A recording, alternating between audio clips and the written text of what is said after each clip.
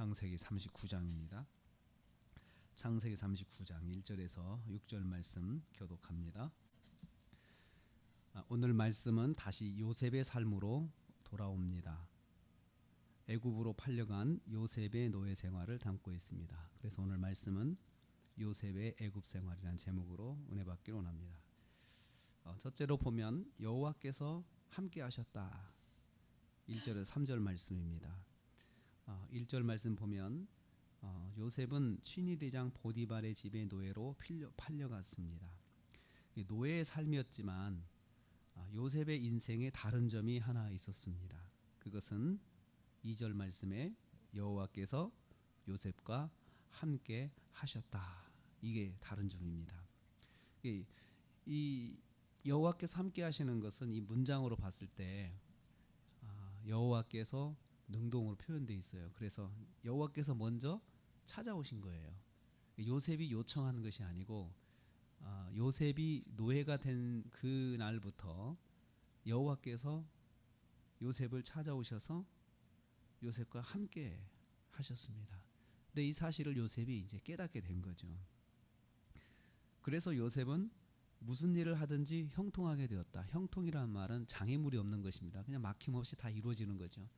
계획하고 또 추진하면 다 결과를 맛보게 되는 그것을 하나님께서 경험하게 하셨고 또 요셉이 자신감을 얻어서 그렇게 하게 되었습니다. 그래서 요셉에게 하나님이 함께 하심을 또 주인인 보디발이 목격하고 또 인정하게 되었습니다.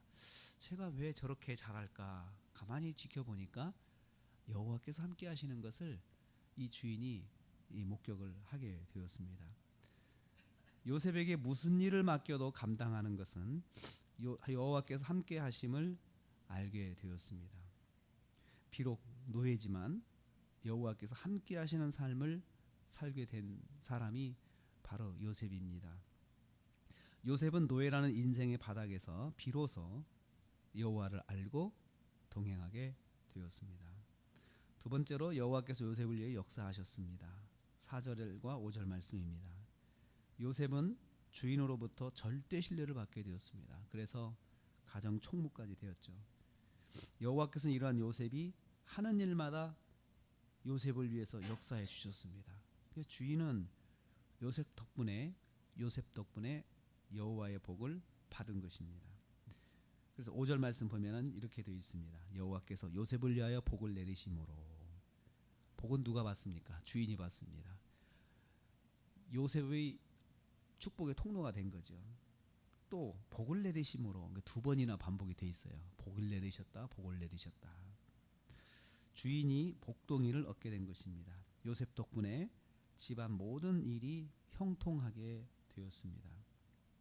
여호와께서 요셉을 위해서 보디발의 집을 축복해 주셨습니다. 요셉은 비록 노예라고 하는 삶을 살지만 그거 하나 빼놓고는 모든 것이 옛날하고는 비교할 수 없을 정도로 행복한 삶입니다. 그 삶을 어디서부터 시작했습니까? 노예라는 시절부터 시작을 하게 되었습니다. 세 번째로, 그런데 6절 말씀 보면 요셉에게 있어서 주의사항이 하나 여기 있습니다. 그것은 바로 모든 일에 절대 신뢰를 받은 요셉에게 주의할 사항이 하나 있었는데 그것은 바로 요셉 자신입니다. 요셉의 용모가 빼어나다.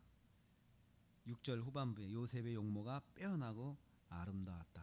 이 말을 하는 것은 요셉이 주의할 사항은 바로 요셉 자신이고 그것은 요셉의 용모가 빼어난 점이라는 점을 암시하고 있습니다. 사람이 그렇습니다. 절대 신뢰를 받고 절대적으로 거침이 없이 행동할 수 있게 되고 자신이 가는 길에 모든 일이 다 잘 될 때 사람이 교만할 수 있거든요. 근데 거기다가 용모까지 빼어나요. 어디 가나 사람들이 인정해주고 일도 잘하죠. 모든 일이 다 거침이 없죠. 사람이 잘생겼죠. 그러면 사람이 교만할 수 있거든요. 근데 요셉에게 있어서는 이 점이 앞으로 요셉이 잘 관리해야 할 자신의 약점이 되고 있습니다. 은혜 충만할 때, 하나님의 역사가 충만할 때 자신의 교만을 주의해야 합니다. 자신에게 집중하는 교만입니다.